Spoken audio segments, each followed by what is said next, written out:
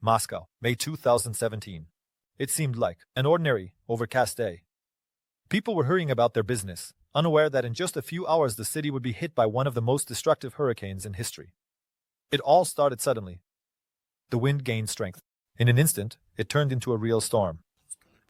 The gusts reached speeds of 110 feet per second.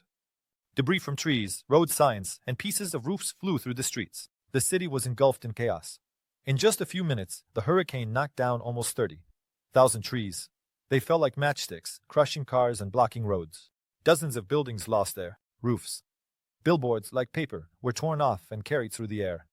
Yasenivo, Leninsky Prospect, Vorobyovo-Gory, Kremlin Embankment. The destruction covered the entire city center. The sudden storm caught people off guard. Many didn't have time to take cover. Trees fell directly on pedestrians, cars flipped over as if they were toys. People screamed, trying to find shelter. In a few hours, the storm claimed 12 lives in Moscow and another 6 inches. In the Moscow region, 200 people were admitted to the hospital with fractures and traumatic brain injuries, and ambulances couldn't keep up with the calls. It was the deadliest hurricane in the history of the capital, with damages exceeding $15 million. It broke the grim record of 1998, when 9 people fell victim to the disaster. But Moscow has faced hurricanes before. Back in 1904, death wiped entire districts off the face of the earth. More than 100 people died then, and hundreds more were injured. Lublin, Karakorovo, and Ananovskaya Grove were practically destroyed.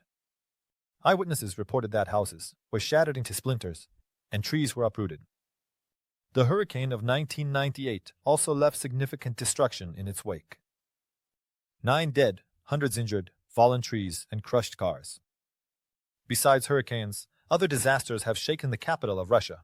In 1904, a tornado wiped entire districts off the face of the earth. It lasted only 20 seconds, but people felt as if the ground was slipping from under their feet. In 1986, the tremors reached 4 on the scale, and at the top of the MSU building, 7. In the summer of 2010, Moscow was covered by a suffocating smog from forest fires. People were suffocating, wearing masks and respirators en masse for the first time. And in the winter of the same year, an ice storm gripped the city, leaving areas without power and toppling trees. It's clear that nature has shown Moscow its power more than once. And perhaps new disasters are just a matter of time. Southeast Turkey, February 6, 2023.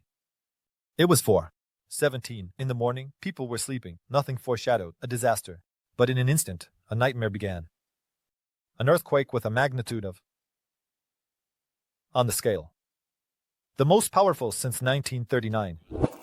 The epicenter was just 23 miles from Gaziantep, a city with a population of over 1 million people. But the impact of the natural disaster was felt far beyond Turkey, in Syria, Lebanon, Iraq, and even on the border of Armenia and Georgia. The first strike shook the ground as if a giant hand had overturned everything around. It was followed by 32 aftershocks. 6 of them had a magnitude above 6 on the scale. The underground tremors destroyed buildings, tore apart roads, and turned homes into piles of stone and concrete. The disaster claimed the lives of more than 2,500 people. Thousands more were injured. Hundreds went missing. Many people were trapped under the rubble. Some of them were still alive and calling for help. But not everyone could be saved.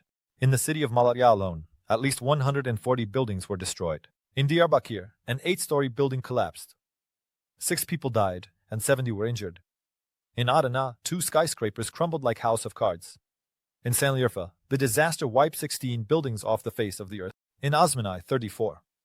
In these cities, the death toll was in the dozens. But this was not the only problem. In Hati province, the earthquake ruptured a gas pipeline. A fire broke out. The flames engulfed several areas. In the same Hati, the only runway of the airport split apart like a piece of dry land. The disaster spared nothing. It even reached history. The Gaziantep fortress, which had stood since the Roman Empire, was reduced to ruins.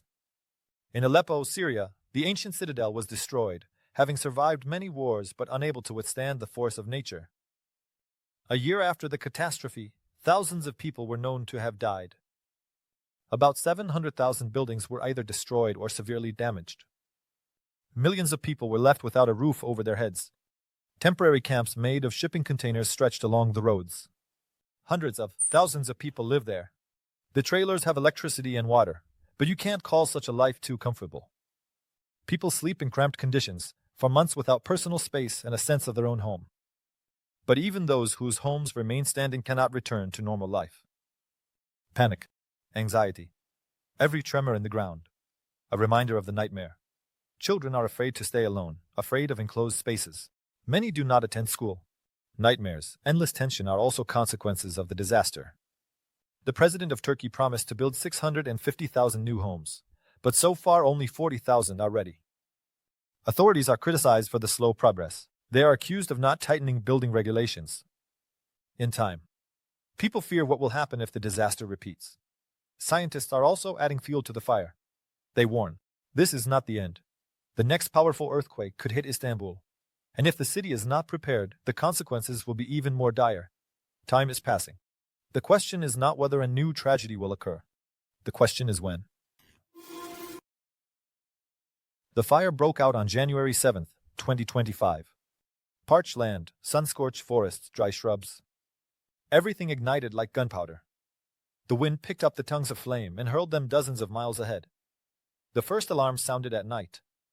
People woke up to the smell of burning. Within a few hours, a wall of fire engulfed the residential areas. Tens of thousands of people fled, abandoning their homes. The fire spread with the speed of a hurricane, leaving ashes and ruins in its wake. 10 people dead. More than 1,300 buildings destroyed. 60,000 are at risk. The fire consumed 23 square miles of land. All of these are residential areas, schools, hospitals, shopping centers. These are also luxury mansions turned into piles of ash. Experts are already calling this America's most expensive natural disaster. Damage is $50 billion. But it's not just about the weather. Yes, the drought did last for 8 months. Yes, the wind tore through the air at 80 miles per hour. But the fire should not have spread to residential areas. It should not have engulfed entire streets. A year before the disaster, Los Angeles head Karen Bass cut the firefighters' budget. Minus $17,600,000. Money that was supposed to go towards pilot training, repairing equipment, purchasing gear. $7 million were slashed from the aviation budget. This meant one thing. Firefighting helicopters were left without proper maintenance, and pilots without training. Los Angeles Fire Department Chief Kristen Crowley warned of the danger. In December 2024, she stated that if funding is cut, we won't be able to fight the fire. But she was not heard. When the fire started, there was nothing to fight it with. Firefighting planes had to fly for water over dozens of miles. Helicopters couldn't operate due to gusty winds. They tried to drop water, but it was too little. And the flames were too large.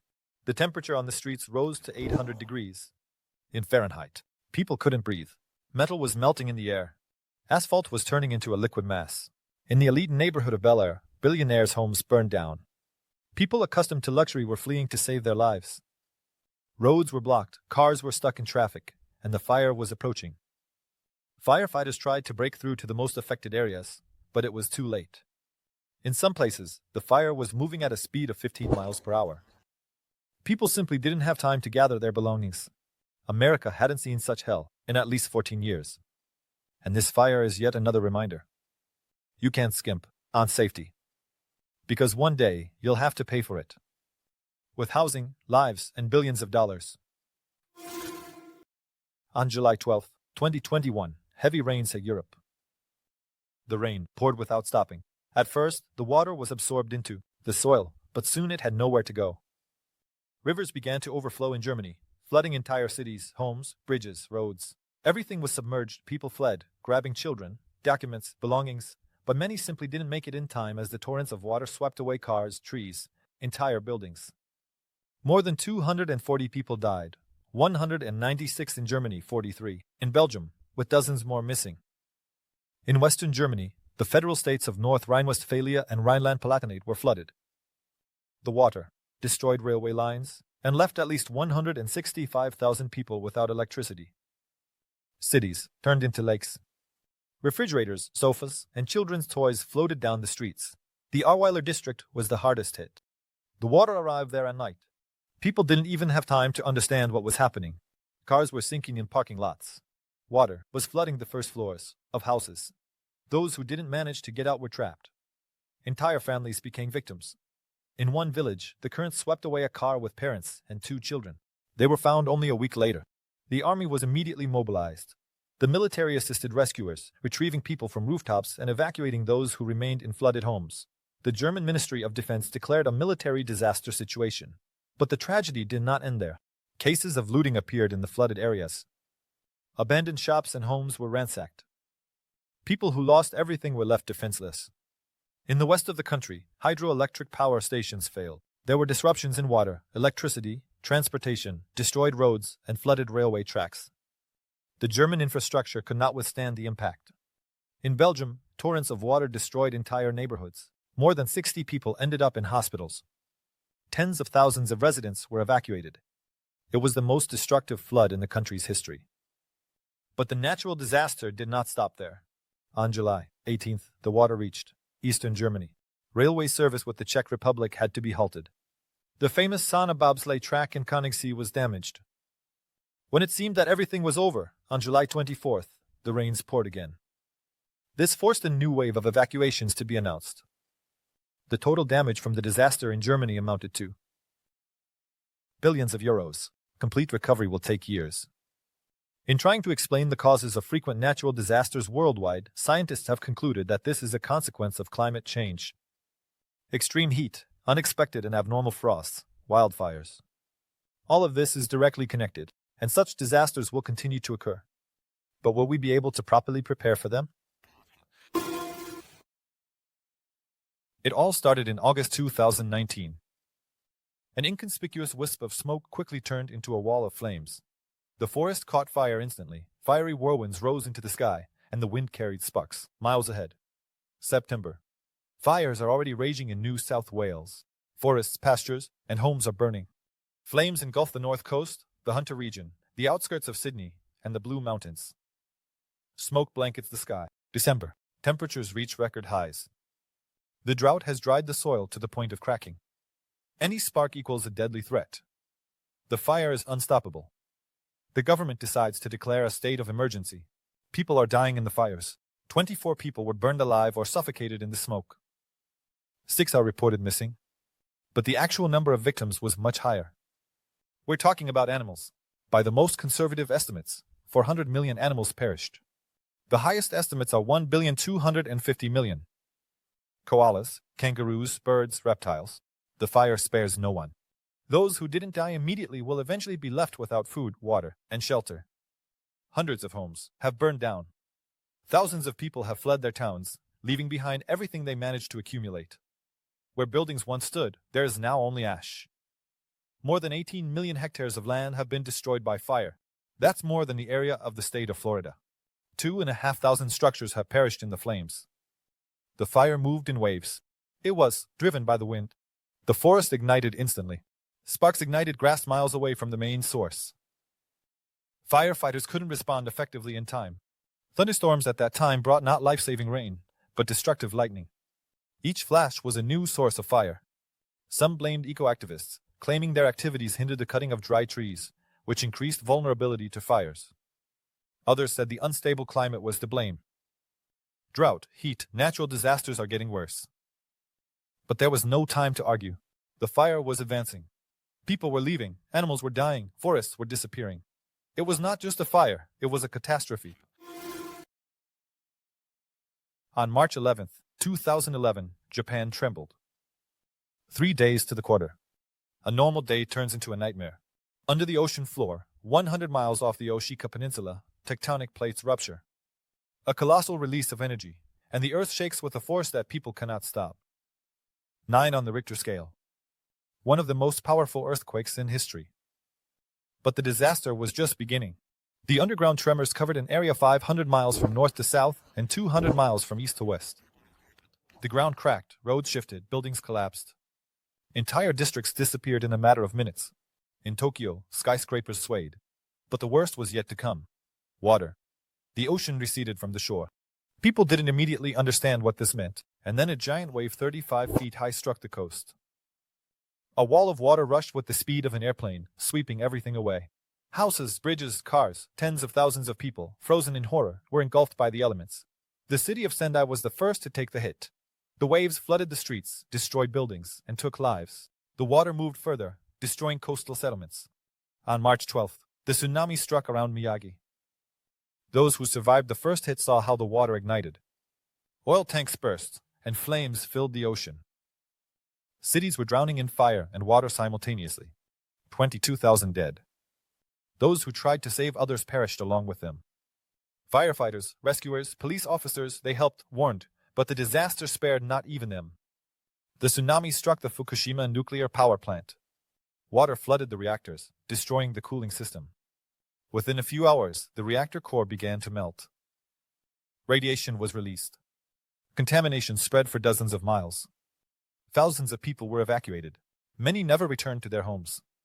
Nearly 40,000 square miles of destruction. Entire cities wiped off the face of the earth. Fields soaked with seawater. Roads disappeared. The economic damage was the largest in the history of natural disasters. It was not just a disaster. It was a nightmare that changed Japan forever.